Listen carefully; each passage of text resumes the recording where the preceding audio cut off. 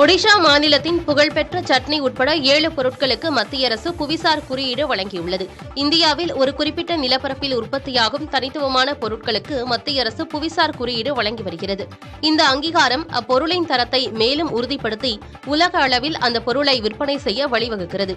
இந்நிலையில் ஒடிஷாவின் லாண்ட்ரியா Saura painting, Dongria Gond embroidery சால்வை, கஜூரி குடா என்று அழைக்கப்படும் பனை வெல்லம், தேன்கனல் மாஜி என்று அழைக்கப்படும் உணவுப் பொருள் மற்றும் சிமிலி பால்காய் சட்னி, நாயகர் கண்டே முண்டி கத்திரிக்காய் மற்றும் கோராபுட் காலா ஜீரா அரிசி உள்ளிட்ட 7 பொருட்களுக்கு மத்திய அரசு புவிசார் குறியீடு வழங்கியுள்ளது.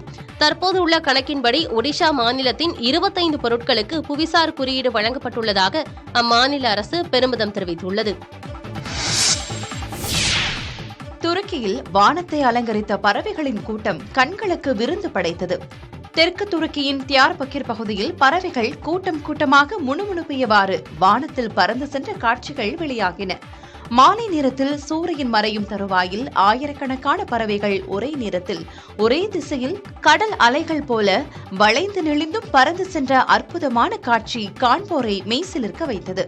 உணவு தேடுதலுக்காகவோ இடம்பெயர்தலுக்காகவோ பறவைகள் இவ்வாறு செல்வது வழக்கம் என பறவைகள் ஆர்வலர்கள் தெரிவிக்கின்றனர்.